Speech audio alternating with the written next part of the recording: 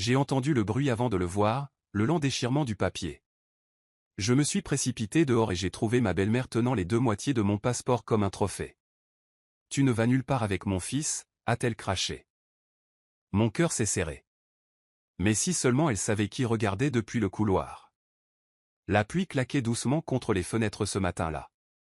Zola venait de finir de faire sa valise, le cœur encore rempli de joie après son mariage, il y a seulement 2 jours.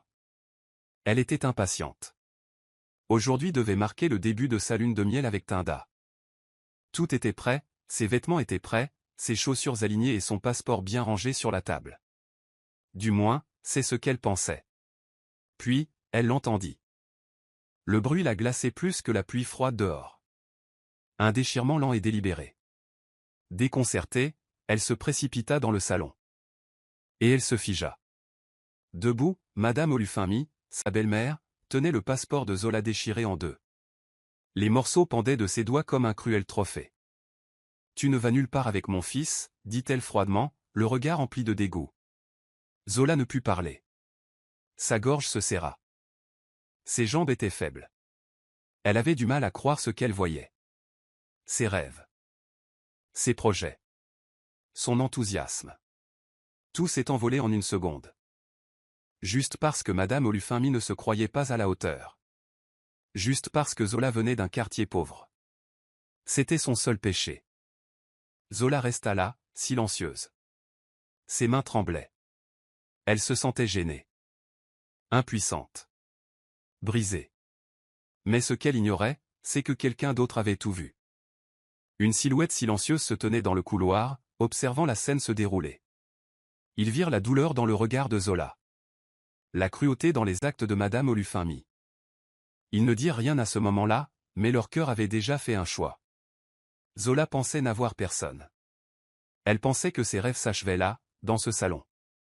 Mais la vie a une étrange façon de transformer la douleur en force. Ce moment, aussi déchirant fut-il, ne marqua pas la fin pour Zola. C'était le début de quelque chose de bien plus grand qu'elle ne pouvait l'imaginer. L'observateur dans l'ombre n'était pas un simple spectateur. Il était la clé d'une porte dont Zola ignorait l'existence. Si Madame Olufemi était fière d'avoir détruit un passeport, elle ignorait totalement qu'elle dévoilait le véritable destin de Zola. Et dans ce couloir silencieux, le destin commença à tourner. Le jour du mariage de Zola semblait parfait de l'extérieur.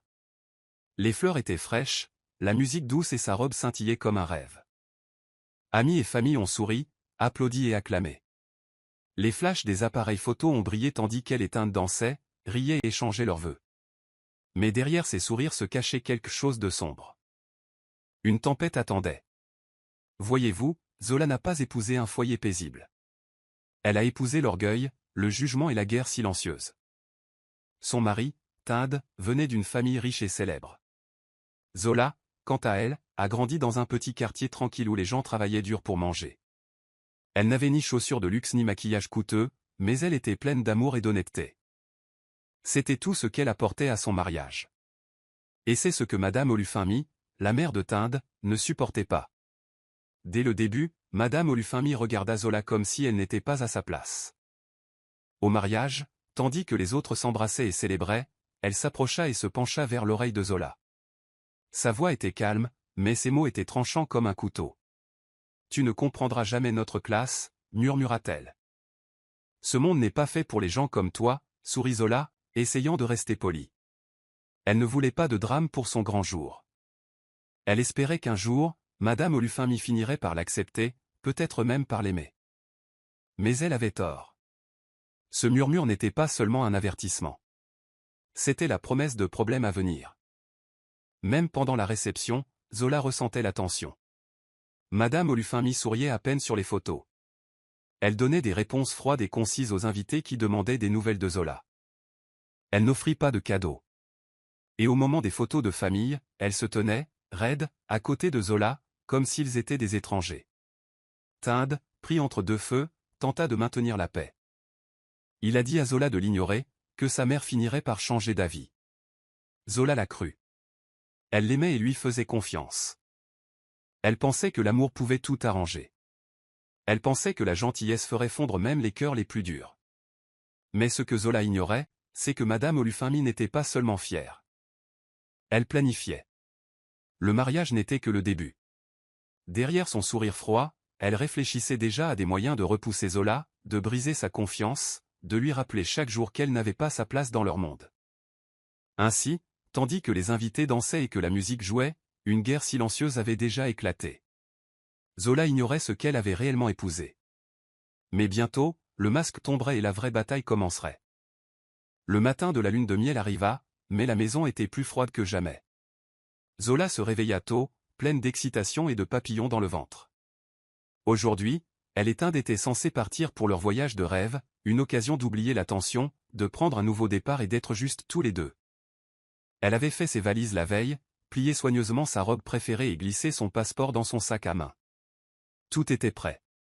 Mais lorsqu'elle appela Tinde, aucune réponse ne lui fut donnée. La maison était silencieuse. Aucun bruit de préparation du petit déjeuner. Aucun bruit de pas dans la cuisine. Elle attendit, attendant, espérant qu'il était simplement en retard. Lorsqu'il apparut enfin, il semblait distrait et fatigué.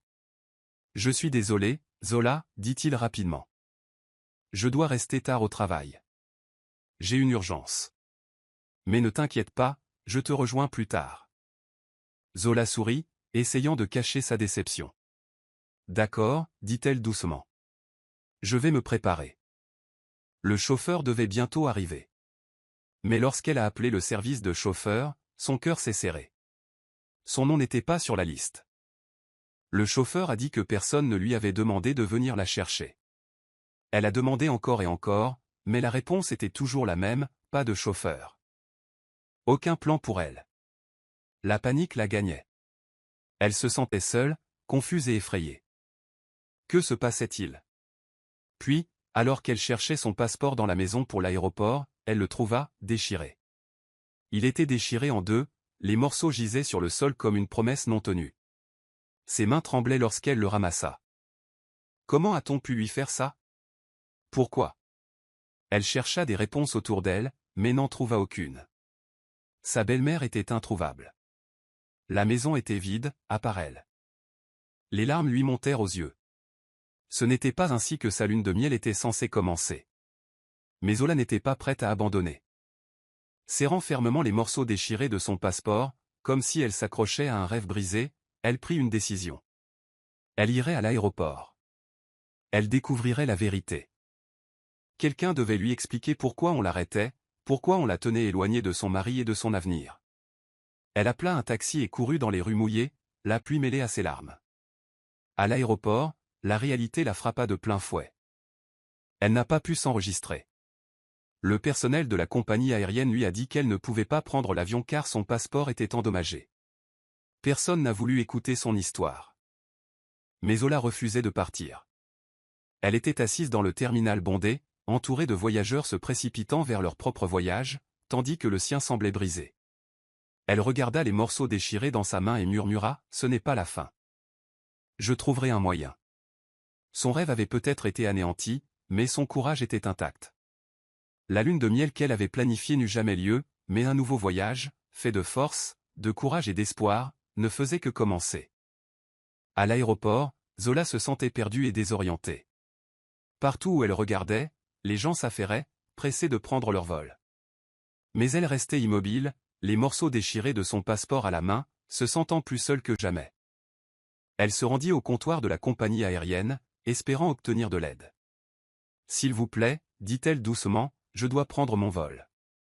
C'est mon voyage de noces. » Le personnel de la compagnie la regarda avec compassion.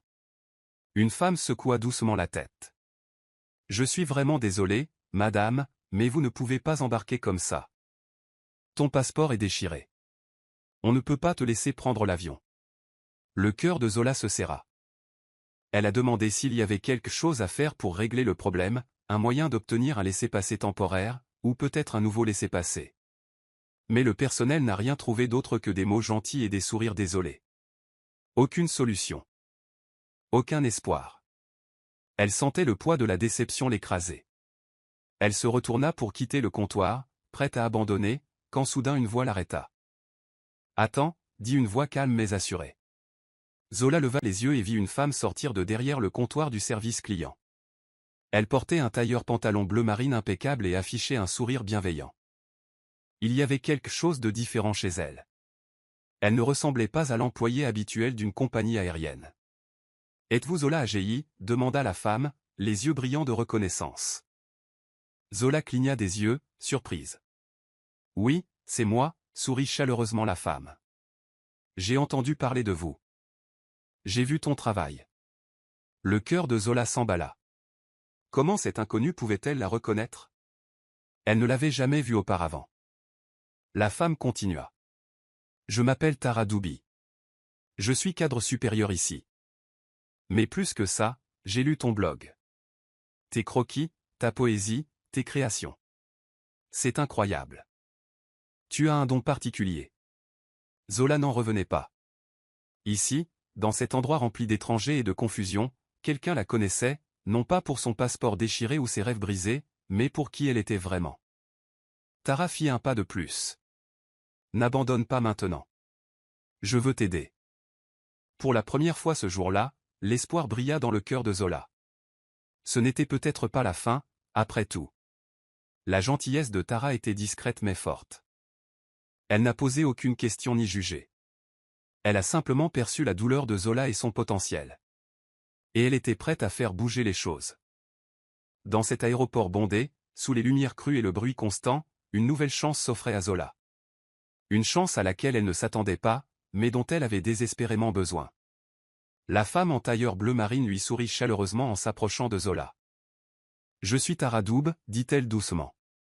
Je travaille comme cadre supérieur ici à la compagnie aérienne. » Sa voix était calme.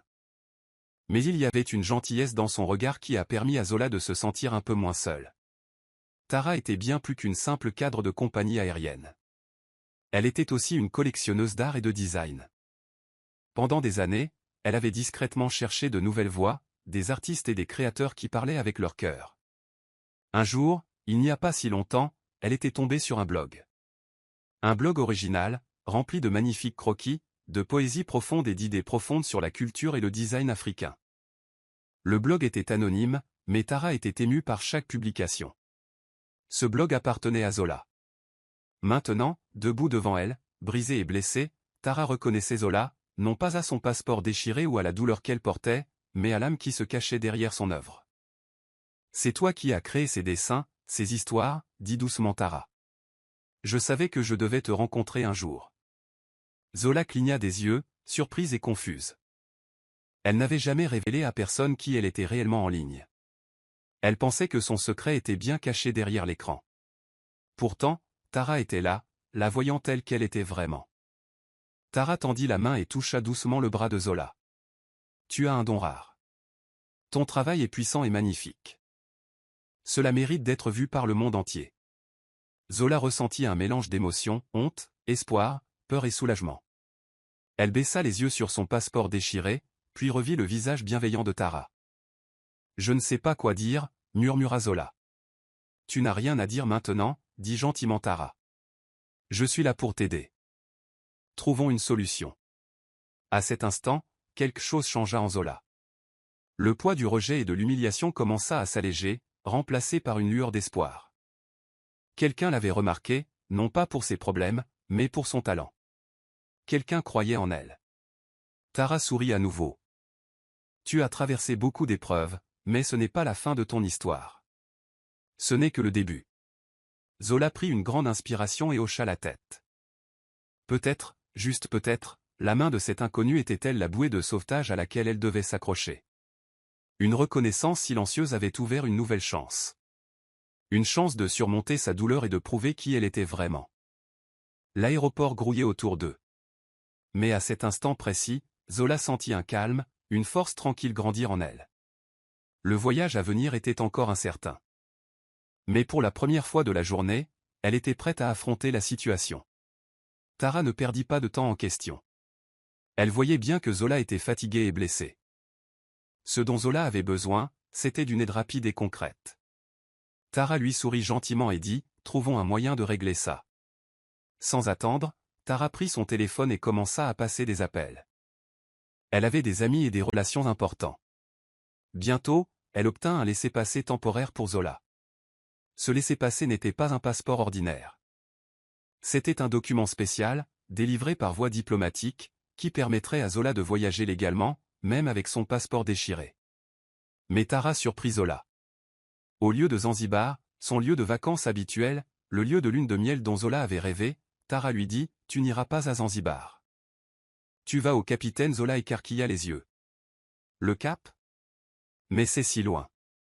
Et j'étais censé partir en lune de miel. Tara sourit doucement. Je sais. Mais là, c'est différent. Vous ne partez pas en vacances. Vous participez à un sommet créatif. Un événement privé réunissant des designers, des artistes et des dirigeants de toute l'Afrique. Zola resta silencieuse un instant, incertaine d'être prête. Mais la voix de Tara était forte et assurée. Tu ne vas pas te reposer. Tu vas t'élever. C'est l'occasion de montrer ton talent au monde entier. Zola baissa les yeux vers les morceaux de passeport déchirés qu'elle tenait encore à la main. Elle repensa à ses rêves brisés et à la douleur qu'elle ressentait. Puis, lentement, elle hocha la tête. D'accord, dit-elle doucement. J'y vais. L'aéroport était bondé et bruyant tandis que Zola se dirigeait vers la porte d'embarquement. Elle était seule maintenant. Mais elle portait en elle un peu de courage emprunté. Le courage que Tara lui avait donné par sa foi et son aide. En montant dans l'avion, Zola ressentit plusieurs choses à la fois. De la peur. De l'espoir. Tristesse. Et une petite lueur d'excitation. Ce vol n'était plus synonyme de fuite ou de chagrin. C'était l'histoire d'un nouveau départ. L'avion décolla, emportant Zola loin de tout ce qu'elle avait connu et vers quelque chose de nouveau. Une chance de s'élever. Pour guérir. Et pour prouver que même lorsque la vie vous abat, vous pouvez toujours vous élever plus haut. Et tandis qu'elle regardait les nuages en contrebas par la fenêtre, Zola se fit une promesse silencieuse. Elle ne laisserait pas passer cette chance. Elle ne laisserait ni la haine ni la jalousie de quiconque l'arrêtait. C'est à ce moment-là que son histoire a véritablement commencé. Le Cap était différent de tout ce que Zola avait pu voir. La ville était pleine de lumière vive, de grands immeubles et de gens venus d'horizons divers. L'air était frais et tout semblait nouveau et excitant. Zola arriva au sommet créatif nerveuse, mais prête. Ce n'était pas la lune de miel qu'elle avait prévue. Mais peut-être était-ce mieux. Au sommet, la salle était pleine d'artistes, de designers et de personnalités de toute l'Afrique. Ils échangeaient des idées, partageaient des histoires et rêvaient de nouveaux projets. Zola écoutait en silence, s'imprégnant de tout. Elle n'était pas sûre d'être à sa place, mais elle savait qu'elle devait essayer.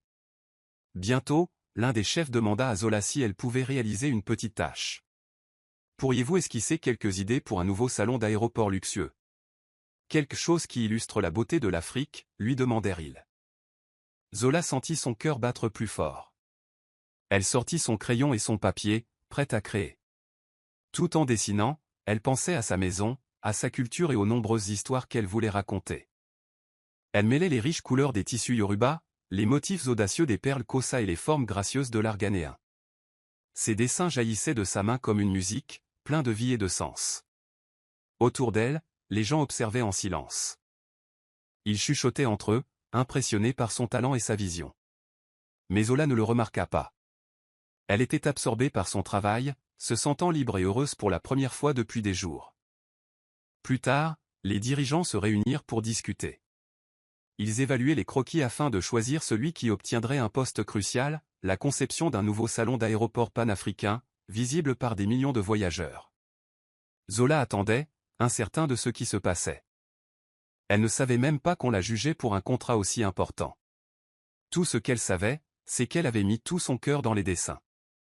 Puis l'annonce est tombée. Nous avons un gagnant, a déclaré le chef en souriant. Les créations de Zola Hadjé deviendront le visage de notre nouveau salon panafricain. Les yeux de Zola se sont remplis de larmes. Elle avait du mal à y croire. Malgré la douleur de la perte de son passeport et le chagrin d'amour qu'elle avait éprouvé à la maison, elle était venue ici et avait gagné quelque chose d'extraordinaire. Ce n'était pas seulement un prix. C'était une nouvelle chance, une nouvelle vie. Autour d'elle, les gens applaudissaient et l'acclamaient. Mais Zola restait silencieuse, fière et sereine. Ce moment était le sien. Elle était née de ses cendres. Et maintenant, le continent tout entier pouvait voir sa lumière. Dans cette pièce, entourée d'art et de culture, Zola a réalisé quelque chose d'important. Parfois, la vie vous brise pour vous rendre plus fort. Et parfois, quand on s'y attend le moins, vos plus grands rêves peuvent se réaliser. De retour chez elle, Madame Olufemi racontait une histoire à tout le monde. Elle disait que Zola s'était enfuie de honte, qu'elle avait été vaincue et brisée. À ses amis et voisins, elle parlait avec fierté, comme si elle avait gagné une bataille. Elle ne pouvait pas supporter notre monde, dit-elle. Elle est partie par peur. Son fils, Tinda, l'écoutait en silence.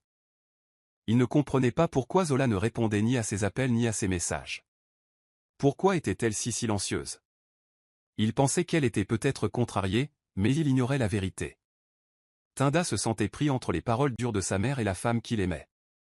Madame Olufemi souriait chaque fois qu'elle repensait au silence de Zola.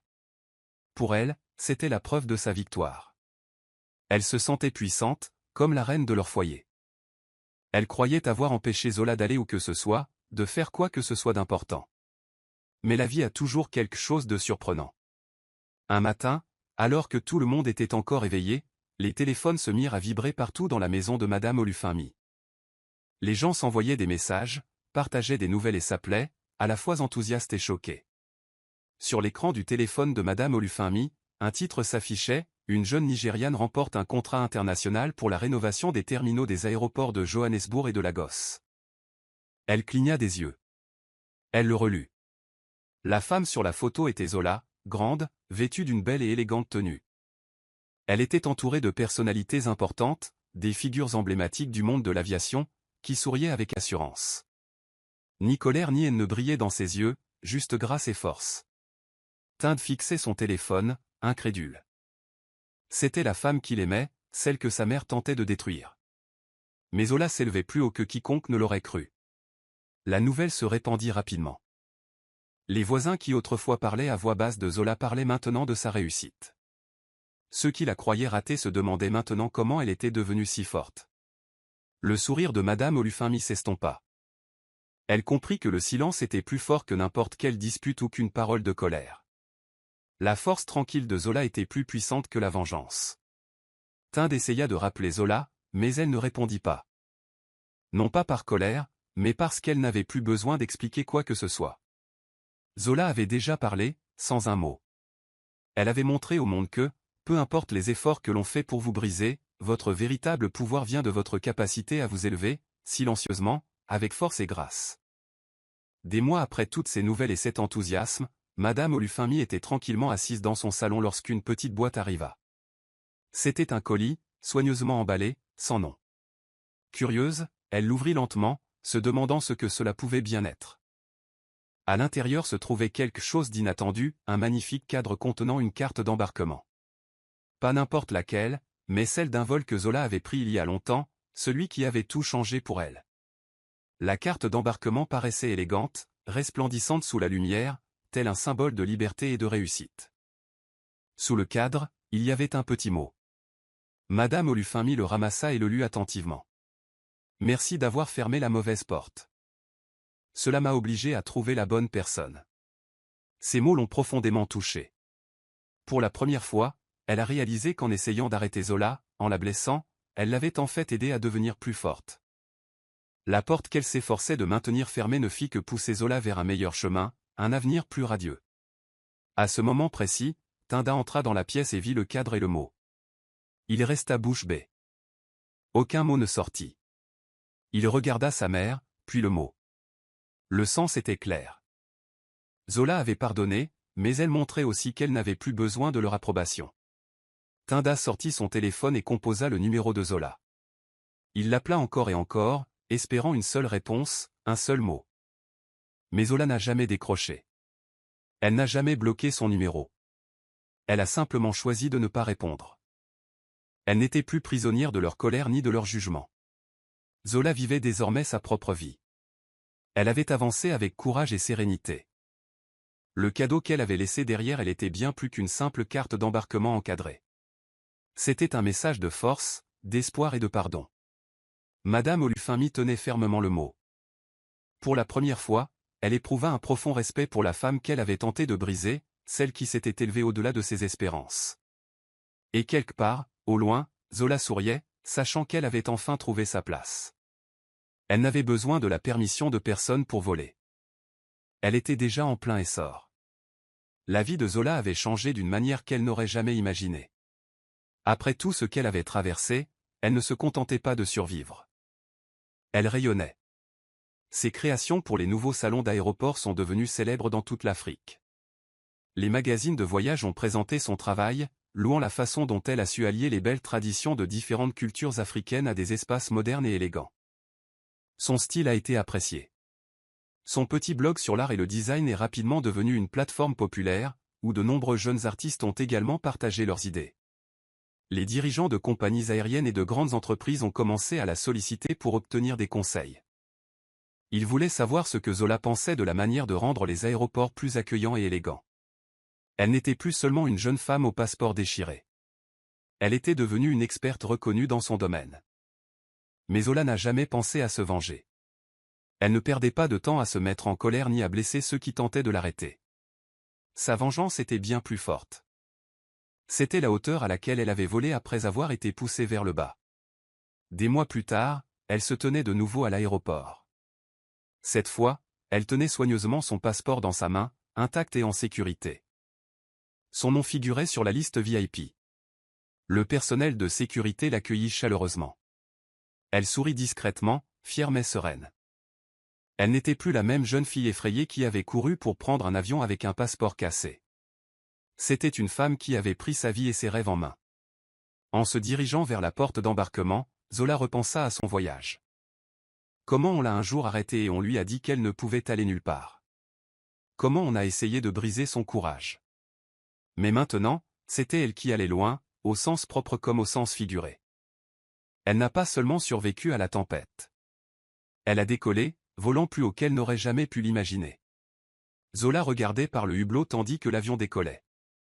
La ville rétrécissait en dessous d'elle et un nouveau monde s'ouvrait devant elle. Elle savait que ce n'était que le début. D'autres défis l'attendaient, mais elle était prête.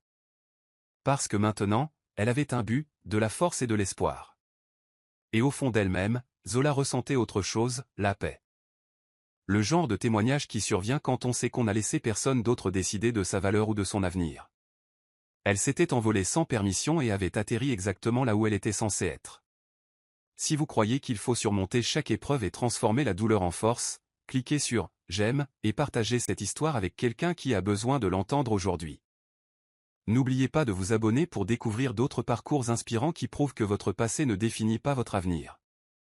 Laissez un commentaire ci-dessous. Que feriez-vous si quelqu'un essayait de mettre fin à vos rêves? Encourageons-nous les uns les autres. Décollage.